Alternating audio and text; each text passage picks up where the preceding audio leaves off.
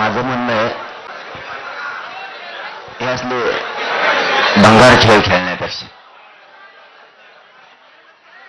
असले डाव खेळावं सरकारनं आणि मराठ्याला आरक्षण देऊन टाकावं.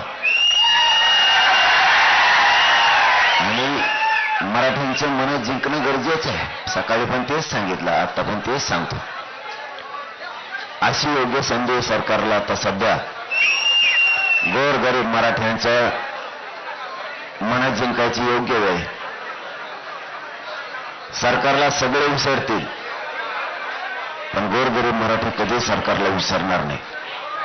जर गोरगरिबांच्या लेकरांचं आरक्षण दिलं, त्यांना आयुष्याची जर रोजीरोटी मिळाली, तुमचा आमदार तुम्हाला विसरण, तुमचा मंत्री तुम्हाला विसरण, तुमचा पदाधिकारी तुम्हाला विसरण, पण मरेपर्यंत माझा गरीब करोडो मराठा तुम्हाला विसरणार नाहीये. म्हणून एक एक दिवस मुदत वाढ देण्यापेक्षा उपोषणाला तुम्ही एक एक दिवस दिली तरी उपोषण मागण्याची मंजुरी होस्तर होणार. आणि तुम्ही कायमस्वरूपी दिली तरी पण हे उपोषण मागण्याची अंमलबजावणी होस्तर होणार. तर मग नाटकं कप खेळायची, आजची द्यायची, उद्याची द्यायची, उद्याची द्यायची. सिद्ध झालं सरकारच्या हातात हे परवानगी देणं. तसं दुसरं सुद्धा खरं आहे, सरकारच्याच हातात हे आंदोलन मोडायचं का परवानगी द्यायची हे पण सरकारच्याच हातात.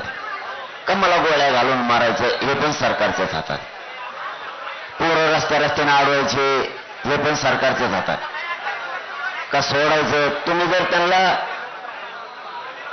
त्रास नाही दिला तर पोरं पण काही नाही करीत. मुंबईतली परिस्थिती अशी आहे जणू जसं पोलीस बांधावाडावर घेतो तसं आमच्याही माहीत आहे. इथले सरकारनं त्यांचे लघवीचे त्याचे संडाचे कुलप लावून ते दार बंद केले. पाण्याची परिस्थिती तीच आहे. अशी माहिती मिळाली की दुकानं सुद्धा चहाचे त्याचे वडा जेवणाचे बंद होऊन. म्हणून सीएसटीला जे मोगा बसले होते पोरं त्याच्यामुळे बसले होते. त्याच्यामुळे हे प्रॉब्लेम मोगाचा ते आलं. ज्यावेळेस ते पोरं इथल्या पोलीस अधिकाऱ्यांनी बांधवांनी सांगितलं तेवढं काढायला सांगा, आपण काढायला सांगितलं, ते निघले सुद्धा. पण त्यांनी ते कारण सांगितले काय विसरू नाही, पाणी प्यायला मुद्दा म्हणजे कदरून गावात मराठा मुंबईतून. परत जेवायला मिळू नाही, त्यांना चहा पाणी मिळू नये, त्यांना काही वस्तू मिळू नाही. म्हणून अरे आईला इंग्रजापेक्षा बेकार झाले तुम्ही. म्हणून त्यांच्यापेक्षा रात्री बेकार झाले. मग तुम्ही पाणी उघडं ठेवणार, संडास बाथरूमाचे उघडं ठेवणार. कारण पोर आता हे बघा आलेत म्हणल्यावर तुमचं काम केलं त्यांनी, तुम्ही आम्हाला परवानगीचं सहकार्य केलं तर आम्ही तुम्हाला रोडवर एकही गाडी लावणार नाहीत. तुम्ही दिलेल्या मैदानावर पार्किंगला लावू हे आम्ही सहकार्य दिलं. तुम्ही उलट्या बातम्या फिरायला लागले.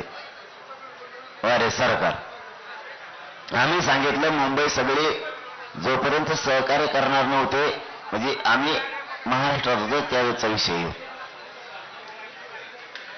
त्यांनी सांगितलं आम्ही पाय ठेवून देणार नाही, तर येऊन देणार नाही.